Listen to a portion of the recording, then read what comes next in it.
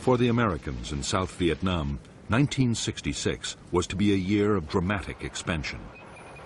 U.S. forces were planned to double to just under 430,000 men. While the buildup was going on, the priority was to secure key parts of the country. By far the most important was the capital, Saigon.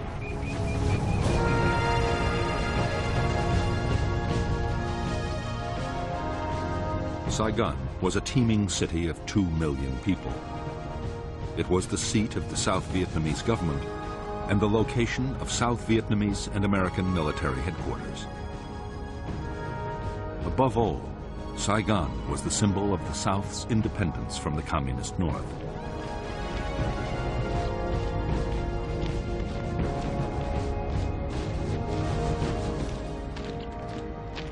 For the commanders of the Viet Cong guerrillas, the capital was the ultimate prize. The tens of thousands of Viet Cong based within 50 miles of Saigon were already drawing a noose tight around the city. Powerful guerrilla units were pushing right up to Saigon's doorstep.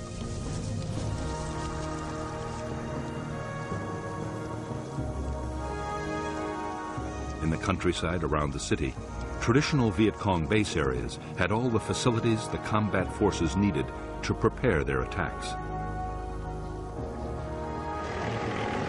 Since American infantry units had first arrived, they had been trying to disrupt the guerrillas' activities around the capital. On January 8, 1966, they launched the most ambitious sweep yet. Operation Crimp deployed 8,000 troops, making it the biggest American operation of the war so far.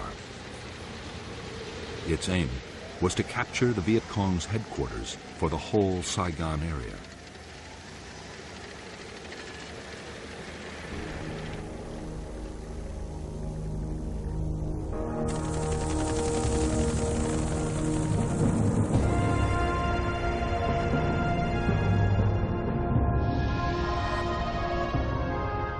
The Viet Cong headquarters for Saigon was believed to be somewhere in the Cu Chi district, the communist stronghold barely 20 miles from the capital.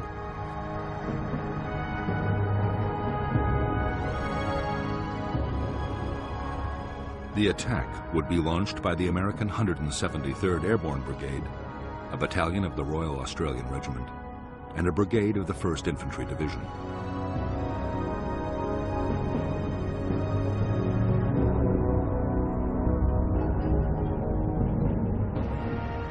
North of Cu Chi town was the disused Phil Hall rubber plantation and the forested area the Americans called the Hobo Woods.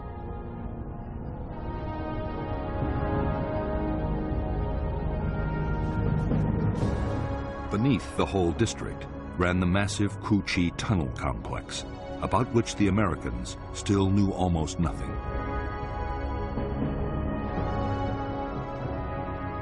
In the tunnels were the Viet Cong's Cu Chi military headquarters, a signals intelligence unit, 2 hospitals, the Saigon political office, and the Saigon regional military headquarters, the one the Americans were looking for.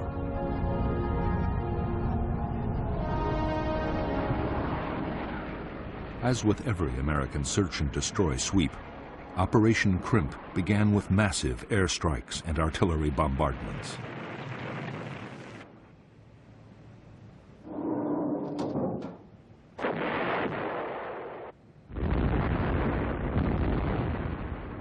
NLF agents had, long before, warned that a big American operation was coming.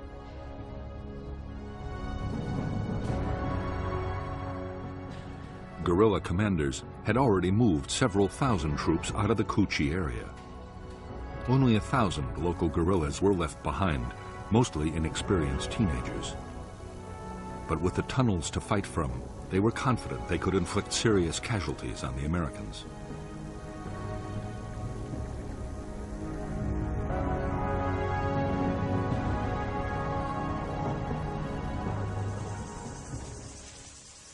Right from the start, as the Americans attacked into the Hobo Woods, they faced rifle fire, grenades, and booby traps.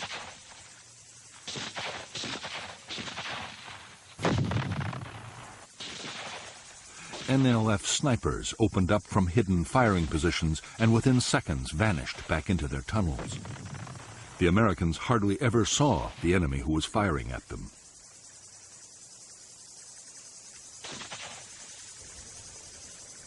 As the days went on, the Americans grew ever more frustrated and demoralized. Dozens of men were killed or injured. Every path seemed to lead to a trap. Only slowly did units begin to discover trenches and bunkers. They also found a handful of tunnel entrances. Still, no one had any idea of the sheer scale of the complex beneath their feet.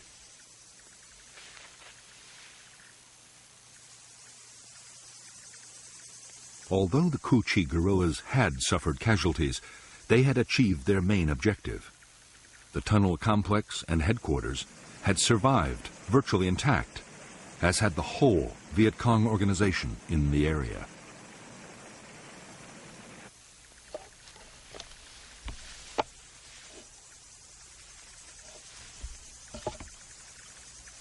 In late January 1966, only a few days after the end of Operation Crimp, troops of the 25th Infantry Division arrived at Cu Chi.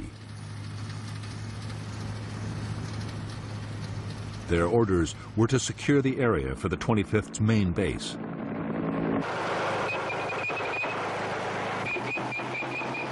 The Americans succeeded in pushing out a perimeter using every ounce of firepower they could muster.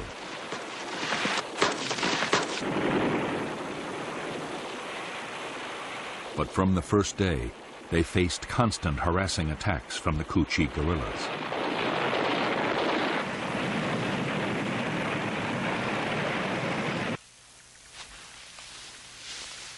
For months, the 25th Infantry Division was plagued by mysterious gun and grenade incidents inside its camp.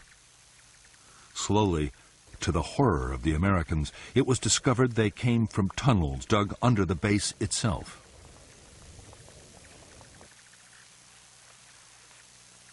They were eventually found and sealed. But the main tunnel complex, only a few miles away, would keep its secrets for years to come.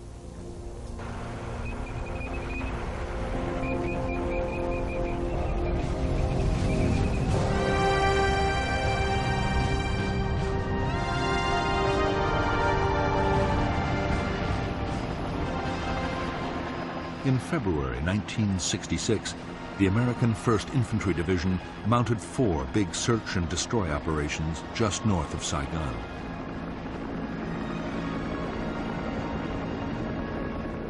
The result was disappointing. There were clashes with units from 2 Viet Cong regiments, but there were no major battles.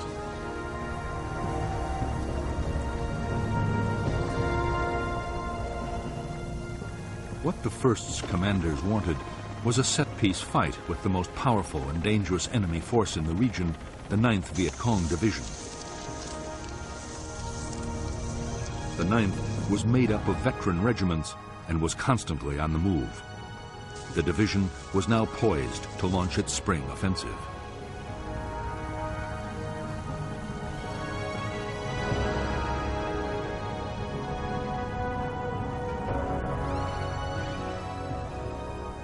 The communist leadership had ordered the Viet Cong to avoid head-on clashes with the Americans unless the odds were very favorable. But NLF leaders still meant to fight aggressively. General Tan, the energetic commander of the NLF, strongly believed that the soldier was more important than his weapons. Tan was certain that what the troops of the 9th lacked in hardware, they would make up for in revolutionary zeal.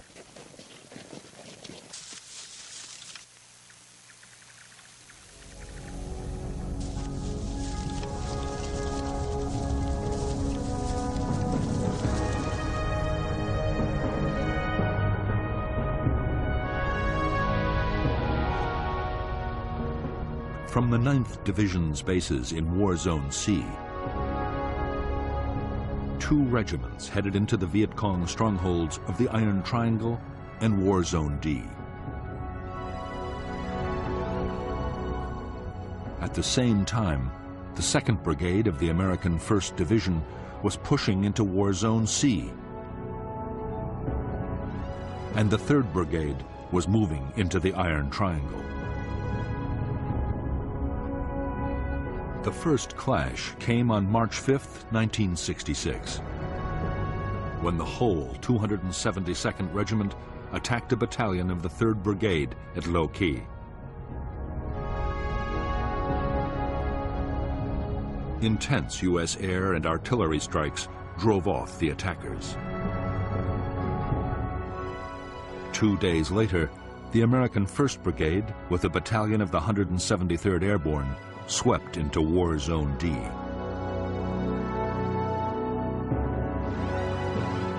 An entire Viet Cong regiment attacked the Airborne's positions. Again, devastating U.S. artillery fire turned back the assault.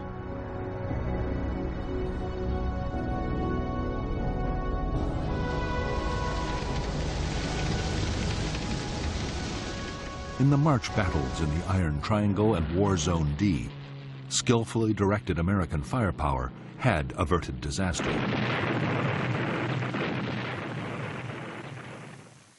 Hundreds of Viet Cong had been killed by artillery and airstrikes. However, to the intense frustration of U.S. commanders, after the fights, the Viet Cong regiments had simply melted away.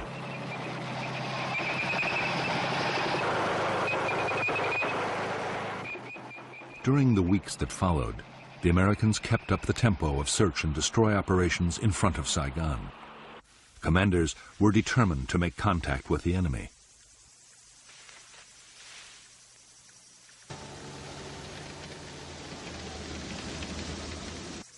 In late April, they launched a major operation into War Zone C to try and find the Viet Cong 9th Division.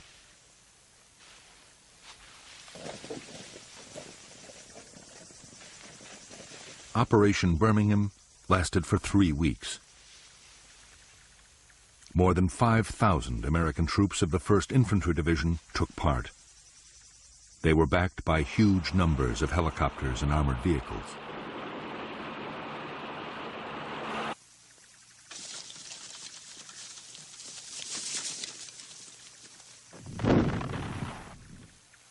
Although there were hundreds of vicious small-scale actions fought by platoons and squads on both sides, the big battles the Americans hoped for never did materialize. In 3 weeks, only 100 Viet Cong were killed.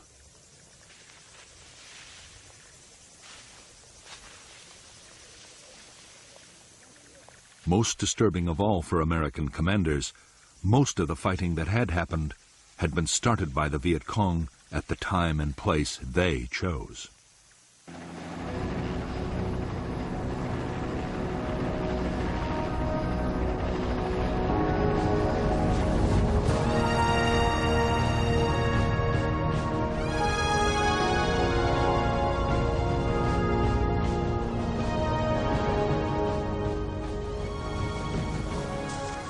From the start, the Vietnamese had followed the 7 principles of guerrilla warfare laid down by the Chinese leader Mao Zedong.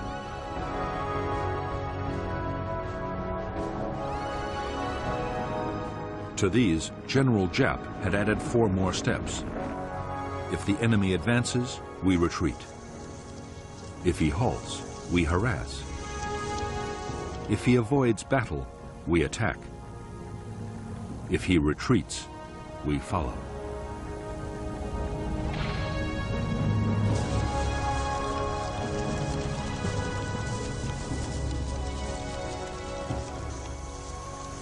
Almost every search and destroy operation the Americans had launched had been met with Giap's tactics. The places the Americans were most likely to land their helicopters were set up for ambushes. Trails were quickly booby-trapped and mined, and snipers left in place. If the Americans did stumble onto a big NLF unit, the chances were it was occupying prepared fortifications with tunnels, bunkers, and trenches.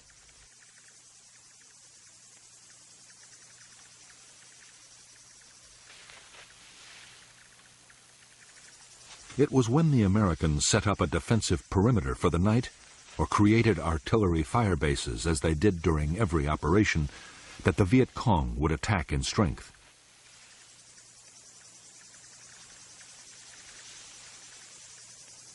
Always, the guerrillas had a plan for breaking off the battle if the opposition got too tough.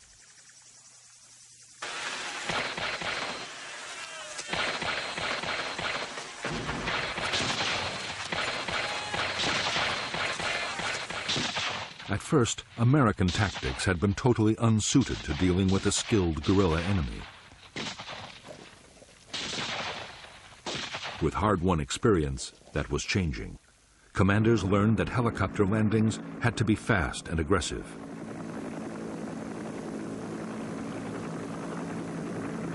Sergeants taught their men not to bunch up, but to stay spread out.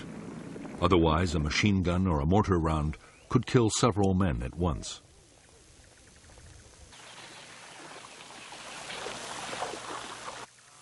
When camp was made, perimeter defenses had to be strong, with clear fields of fire all around.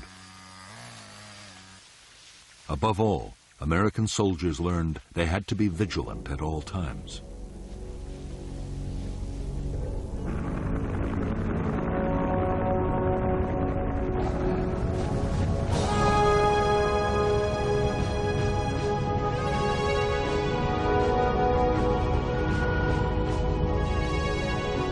By mid-1966, the U.S. Commander General Westmoreland was getting more and more impatient. His whole strategy depended on causing the enemy to lose men and equipment faster than they could be replaced. For that, Westmoreland needed big battles.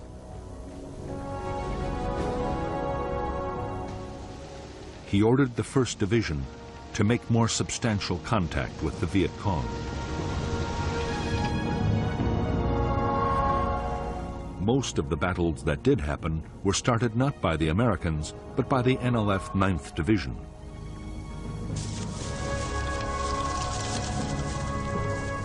Route 13, linking Saigon to the Cambodian border, was the site for major ambushes. In some, the guerrillas struck with 1,000 troops at a time.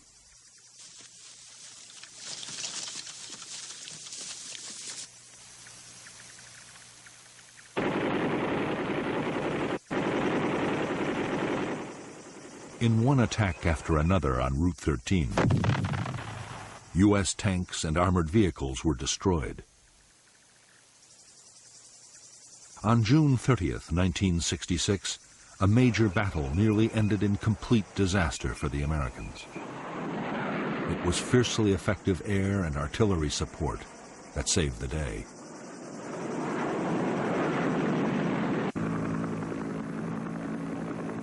Soon after the battles, the whole NLF 9th Division moved back into its most impenetrable base areas.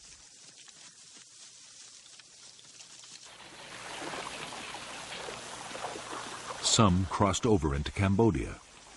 There, General Tan meant to rebuild the division for a new campaign in November, the start of the next dry season.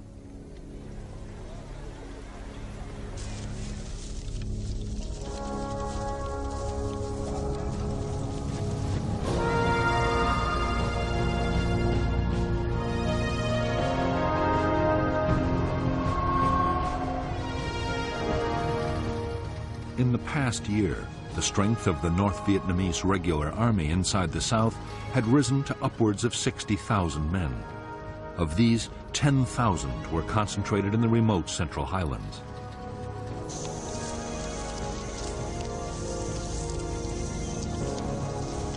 It was this area that General Giap, the North Vietnamese army commander, saw as a killing zone, a battlefield on which enormous casualties could be inflicted on the enemy.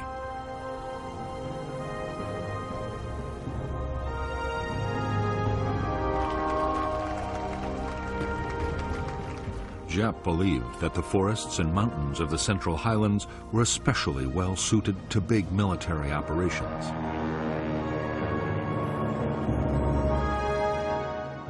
Whole regiments could be hidden, and the highland weather could be relied on to disrupt American air power. The troops would also be close to supplies and reinforcements across the Cambodian border.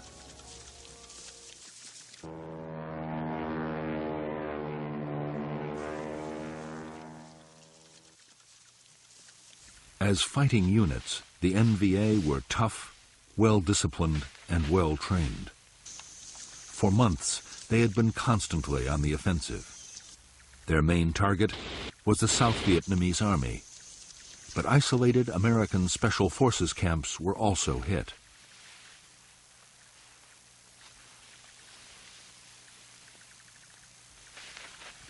Increasingly, attacks were carried out by units up to 2,000 strong.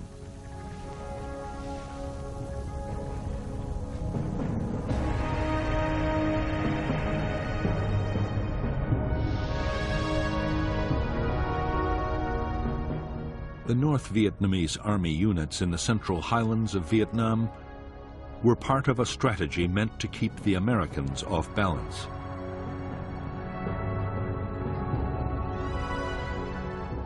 There were powerful NVA divisions on the demilitarized zone, separating North and South Vietnam. And there were the NLF regiments opposite Saigon. Communist forces could present the Americans with a challenge in any of the three areas and force them to react.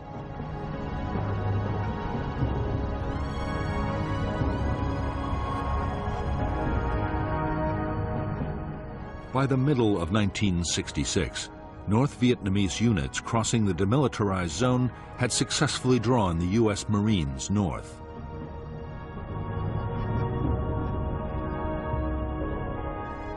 In the highlands, the NVA 24th Regiment had engaged elements of the 101st Airborne Division. The 1st NVA Division had pulled a U.S. infantry brigade and the 1st Air Cavalry towards the Cambodian border.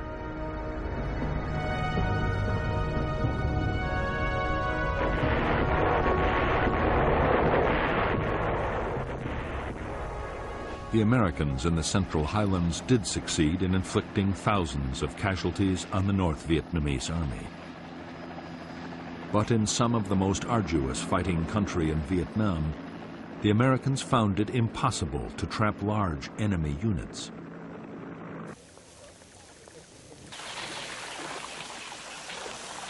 Time after time, they succeeded in slipping through the net.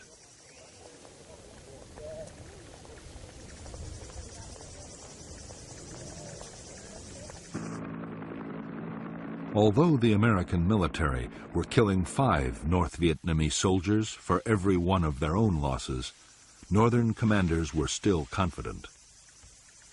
General Giap was sure that his forces could stay on the offensive and take heavy casualties as long as there were no dramatic defeats. The manpower potential of North Vietnam had barely been tapped.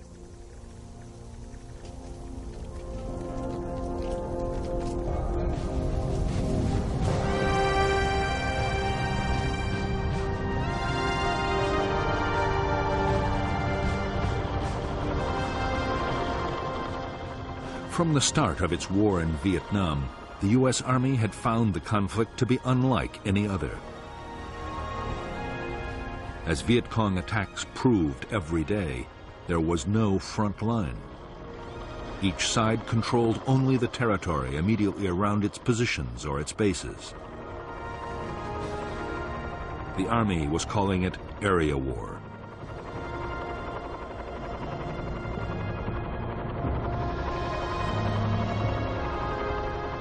Area war meant that the roads linking U.S. bases to other units and to their supply depots were never completely secure.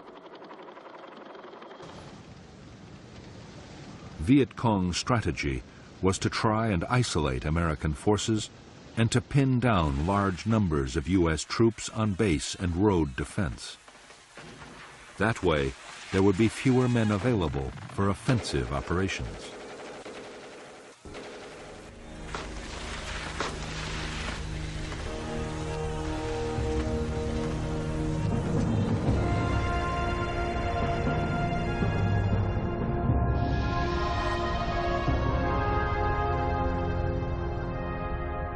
The supply lifelines for the 25th and the 1st U.S. Infantry Divisions were the roads linking their major bases to Saigon, Bien Hoa Air Base, and Long Binh, the biggest supply depot in Vietnam.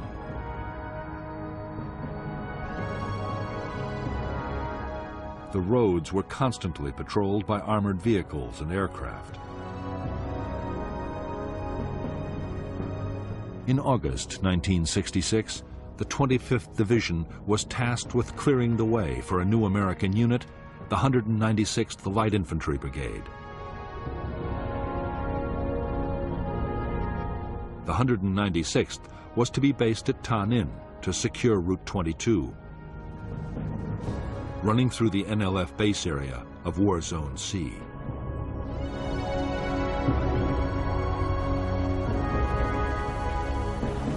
By October 1966, the NLF 9th Division had almost recovered from the battles of the previous July. Its losses in men and equipment had been replaced by supplies and reinforcements sent down the Ho Chi Minh Trail from North Vietnam.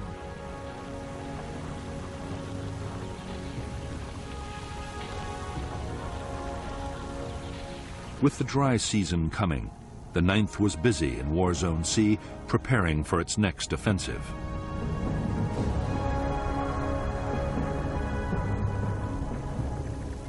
The renewed activity of the 9th Division did not pass unnoticed by the Americans. Special Forces units mounted an intense reconnaissance effort deep inside Viet Cong territory. The reports they brought back seemed to show that the 9th's next target might be the Special Forces' own base camp, northeast of Tay Ninh City.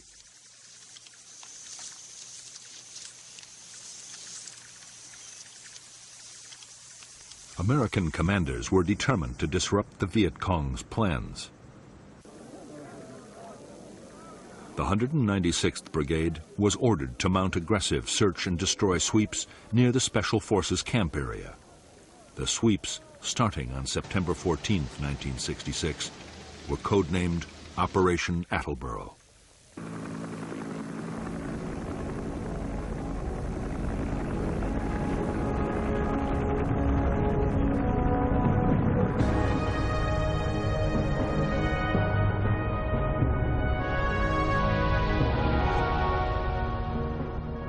Operation Attleboro was launched by the 196th Light Infantry Brigade, together with 22,000 South Vietnamese soldiers and GIs from the 1st, 4th, and 25th Infantry Divisions. Almost at once, huge supply caches belonging to the NLF 9th Division were found by the Americans south of the Michelin rubber plantation. It was believed the NLF were somewhere between the plantation and the American Special Forces base at Suy Da.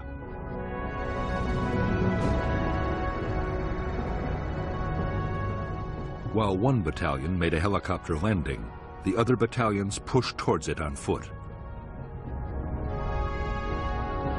When the landing zone was ambushed, both sides sent thousands of reinforcements rushing to the area. By the following day, full-scale battles were raging.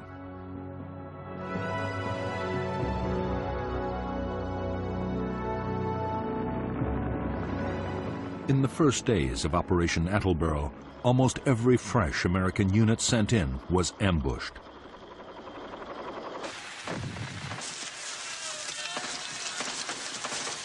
Nor were the Americans safe behind the defensive perimeters of their nighttime camps.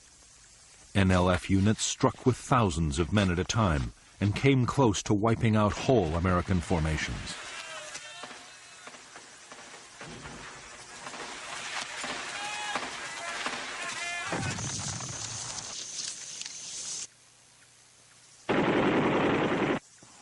It was intense air and artillery support that, in the end, as in so many battles, saved the Americans from disaster.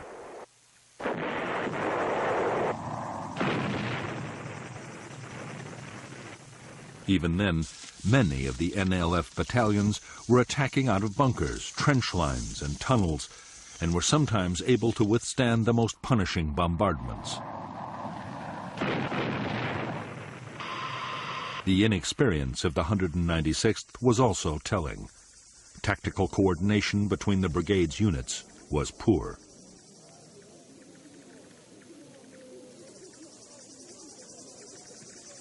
Although the situation was desperate, American commanders in Saigon also saw a major opportunity. Attleboro might be a chance to fight the kind of big battle they had been looking for.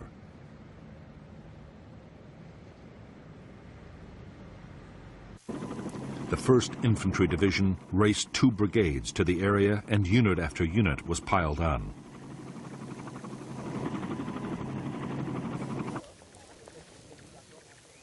The 11th Armored Cavalry Regiment, only just arrived in Vietnam, was also thrown into the battle. Within days, there were 22,000 American troops in the Attleboro area.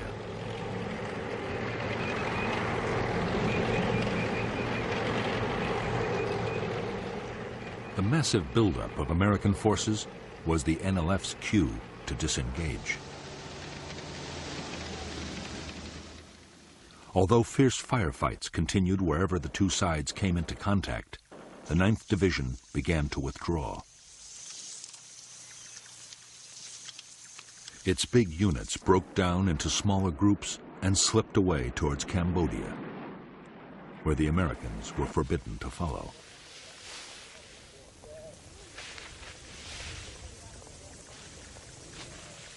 In Operation Attleboro, the Americans had failed to destroy the 9th Division in an all-out battle. On the other hand, in 6 weeks, more than 1,000 NLF had been killed, for the loss of 155 American dead, and fewer than 800 wounded.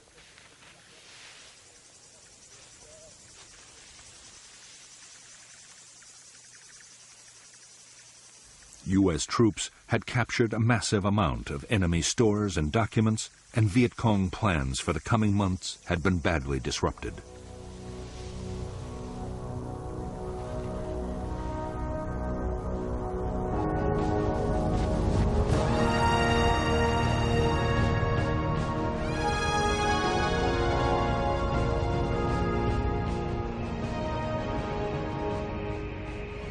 By the end of 1966, American forces in Vietnam had grown to 385,000 men, plus another 60,000 sailors off Vietnam's shores.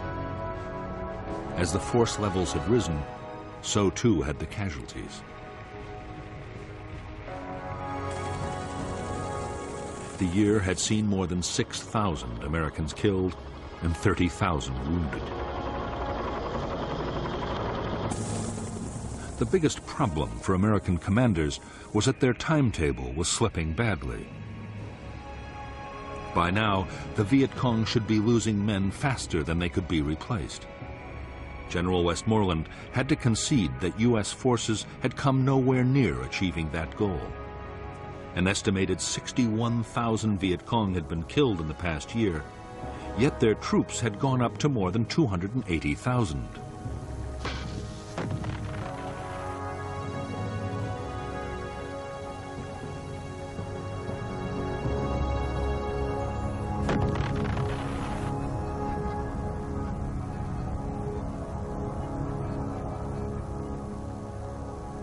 Part of the problem was that the American bombing campaign against North Vietnam and its supply routes to the south was still failing. More men and materials were reaching the guerrillas than ever before. The Viet Cong had also stepped up their recruiting.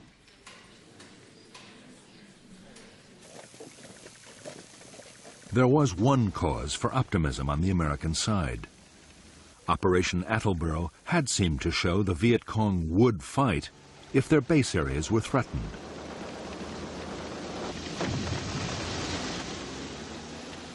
The latest plan was to go back into War Zone C with even greater forces. But first the Americans wanted to solve an immediate problem.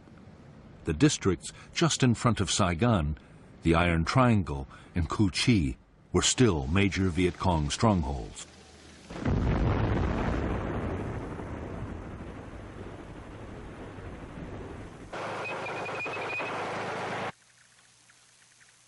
The American plan was to attack into the Iron Triangle with more than 2 divisions.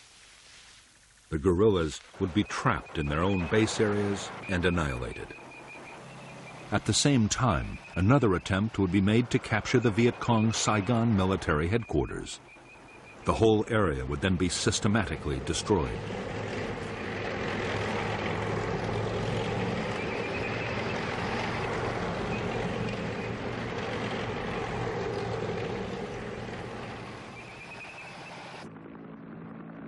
Before the attack, American aircraft dropped 20,000 leaflets telling the population to leave at once.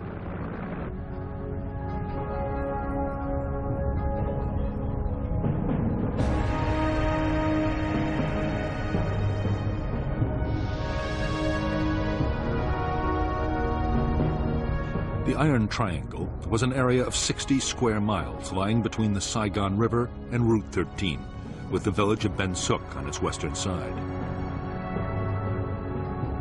A major Viet Cong tunnel complex ran under the whole district. The 272nd Regiment of the NLF was operating there, along with 2 battalions of NLF Main Force, 2 independent NLF battalions, and the Phu Loi Battalion. But on the eve of the American offensive, most troops were withdrawn. Only local NLF companies were left to defend important installations. The American plan for Operation Cedar Falls was that the 25th Infantry Division and other units would occupy blocking positions on the western side of the Saigon River, forming an anvil. The 1st Division and the 173rd Airborne Brigade would assault from the north and the east, with a battalion landing at the village of Ben Suc. Meanwhile, the 11th Armored Cavalry Regiment would act as the hammer, smashing through the center of the triangle.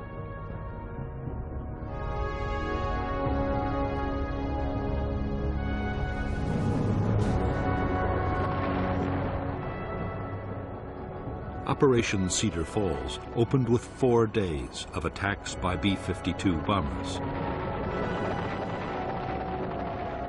Artillery and airstrikes followed,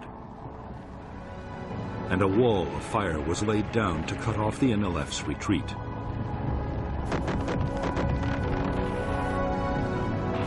On January 8, 1967, 16,000 U.S. and 14,000 South Vietnamese Army troops moved out of their bases in fleets of helicopters, armored personnel carriers, trucks, and boats.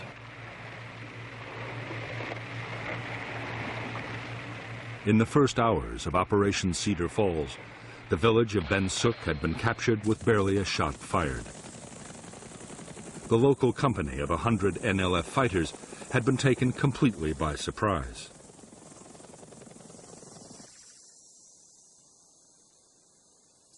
As the village's 6,000 inhabitants were rounded up for interrogation, bulldozers began to level every building in sight.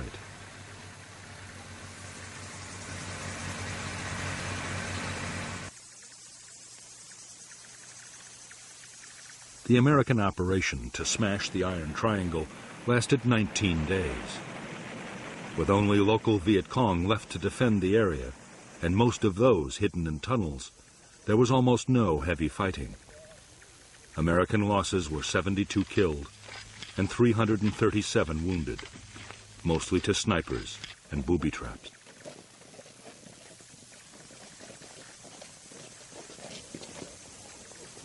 In Ben Suc and in the Tan Dien forest, the Americans uncovered dozens of tunnel entrances.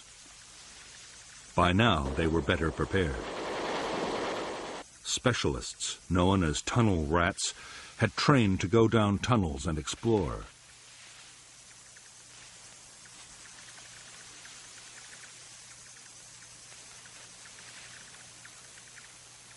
In the cramped spaces underground, they faced gunfire, booby traps, and mines. The problem was, there were only a handful of tunnel rats, and the complexes were enormous. Whenever tunnels were found, the Americans made determined efforts to destroy them. Demolition charges, explosive gas, and flooding were all tried. Riot control agents were pumped in to try and force the Viet Cong to come out.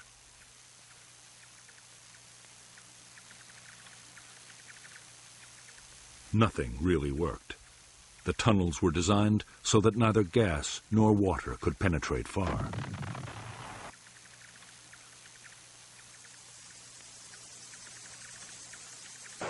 The Americans had discovered only a small number of the Viet Cong installations hidden in the Iron Triangle. But those they did find yielded astonishing quantities of material.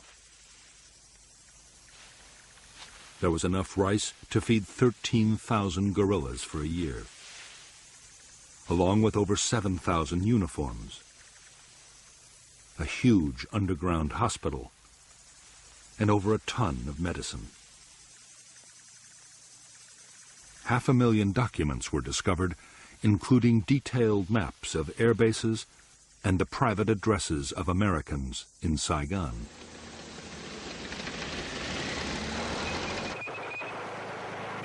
Some U.S. commanders immediately hailed Cedar Falls as a major success. Westmoreland was much more cautious. The main NLF military headquarters had not been found. Neither had any sizable enemy unit been brought to battle and destroyed. In the end, 720 Viet Cong had been killed for the loss of 72 Americans.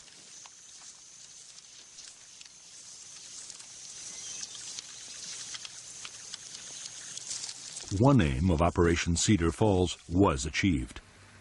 The Iron Triangle was completely and utterly destroyed. After its inhabitants were moved out to refugee camps, the district was turned into an uninhabitable wasteland. Huge Rome plows cut 20-foot wide avenues crisscrossing the forest to make any movement instantly visible from the air. These massive machines could plow the tallest trees into the ground. 60 square miles of forest near Saigon were plowed under in the Iron Triangle. Afterwards, Operation Ranch Hand aircraft sprayed lethal defoliants to destroy the jungle cover and make it impossible to grow crops.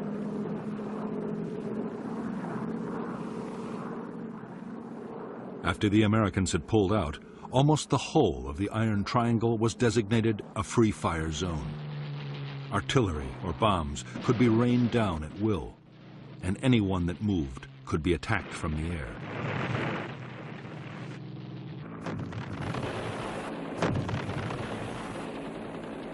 Yet to the astonishment of the Americans, within weeks of Operation Cedar Falls, the Viet Cong were active again in the Iron Triangle.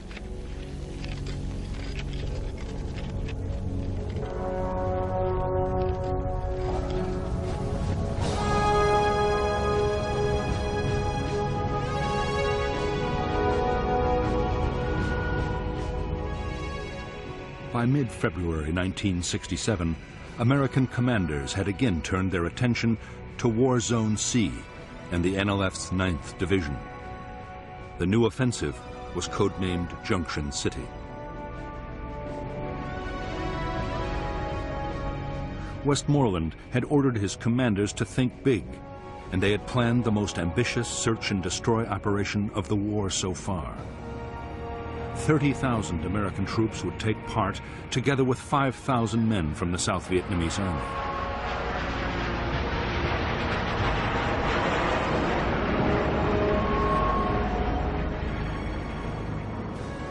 The main targets of Operation Junction City were the Viet Cong's biggest base areas and their main military headquarters for South Vietnam.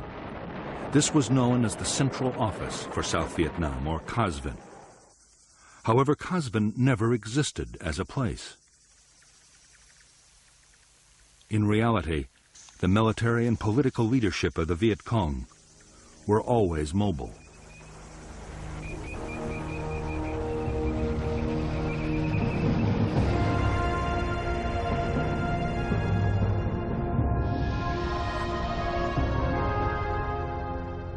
The Viet Cong base areas of War Zone C held the 9th Division's 3 regiments, a regiment of the NLF's new 5th Division, and 2 North Vietnamese Army regiments, altogether more than 10,000 troops.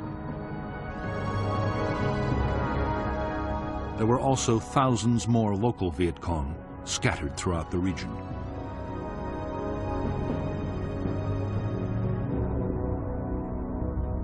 Operation Junction City called for 2 American brigades to block the Viet Cong's escape to the west over the Cambodian border.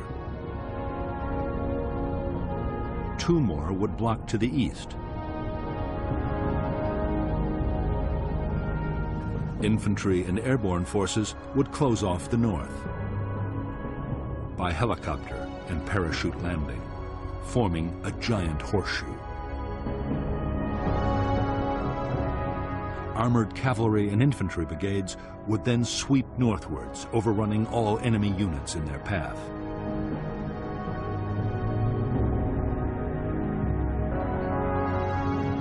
In the second phase of Junction City, a series of special forces camps would be built, along with a bridge over the Saigon River, and operations would shift to the east.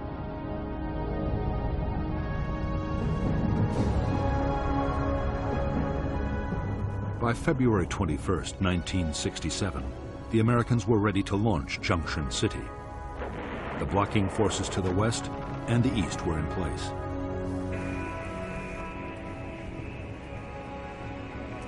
All that remained was to insert the northern force.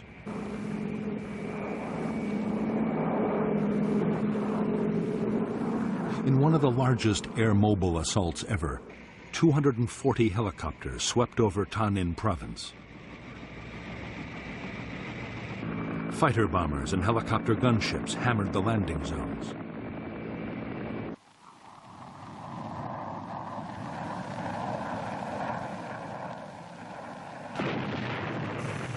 Within hours, 2,000 troops were deep inside Viet Cong territory. At the same time, in the first parachute drop of the Vietnam War, nearly 800 men of the 173rd Airborne completed the American Horseshoe.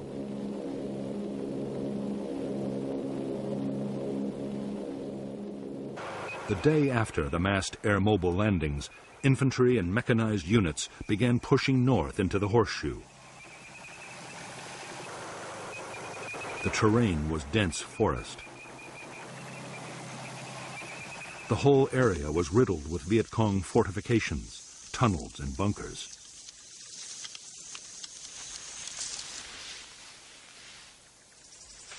Although there were scattered firefights, and the Americans lost men to snipers and booby traps, there were few big actions.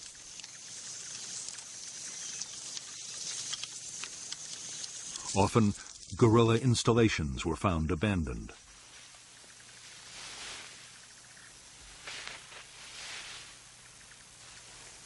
The battles that did happen were started by the Viet Cong. Powerful units twice attacked elements of the 1st Infantry Division at Prek Lok.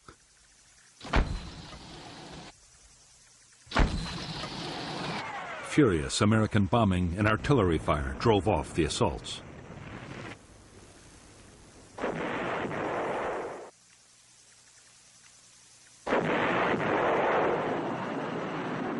Because the Viet Cong had begun the battles, they were also able to break off the fight whenever they chose.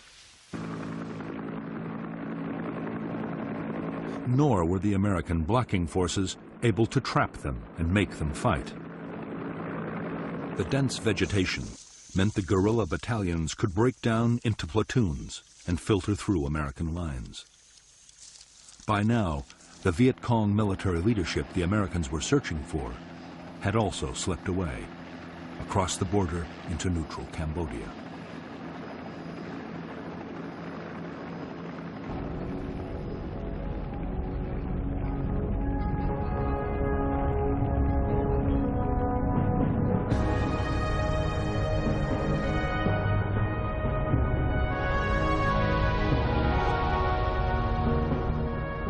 The second phase of Operation Junction City centered around the building of the Saigon River Bridge and the Special Forces camp at An Lac.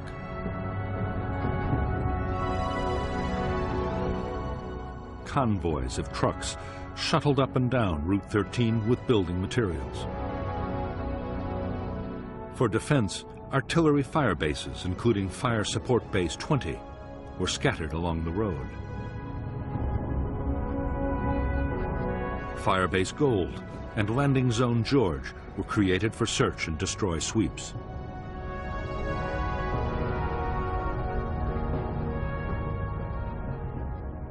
Starting on the night of March 18, 1967, each of the 3 regiments of the NLF 9th Division attacked in full strength, 1,000 men at a time.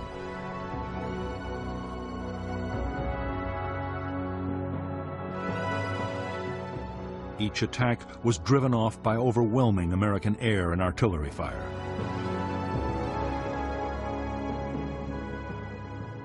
Viet Cong losses were heavy, but the regiments escaped complete destruction.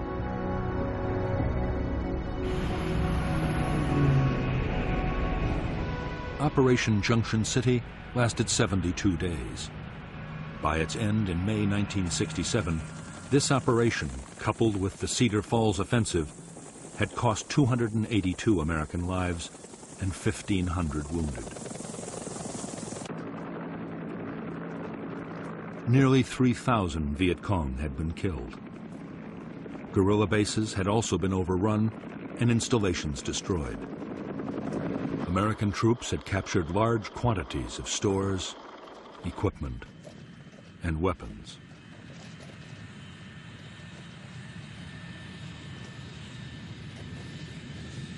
Although some American commanders hailed Junction City as a turning point in the war, the operation was barely over before doubts began to surface. Like Attleboro and Cedar Falls before it, Junction City had inflicted casualties, but there had been no great battles of annihilation. The Viet Cong's regiments were bruised, but still intact. Nor did the Americans or the South Vietnamese Army have the forces to occupy the area indefinitely.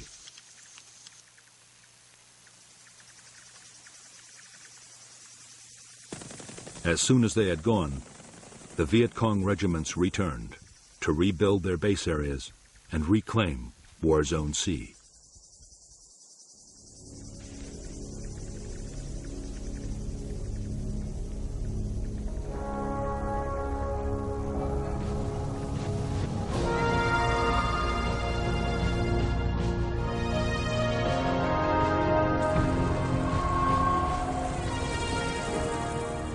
In July 1967, the U.S. Defense Secretary Robert McNamara flew to Saigon to discuss strategy with American and South Vietnamese leaders and officials.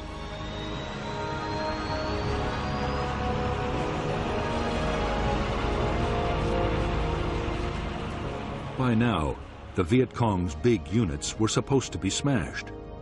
Instead, Viet Cong numbers were still growing, and there was no sign the enemy was about to give up the fight.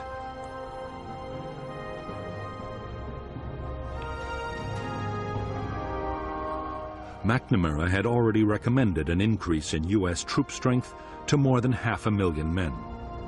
But now, he doubted even that would produce victory soon.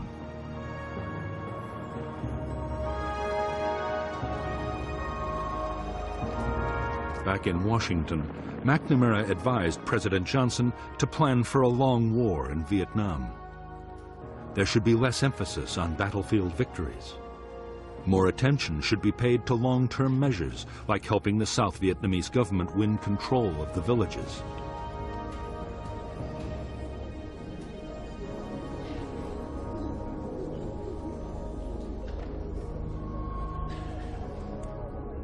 Meanwhile, the cost of the war in casualties and dollars should be kept down in case the American public lost patience.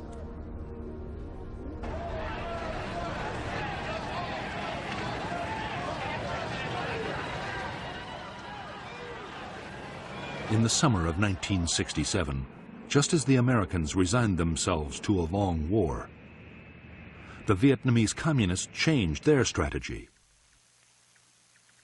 For 2 years, the Viet Cong had been patient, content to inflict casualties and keep on fighting. Now, they meant to risk an all-out offensive.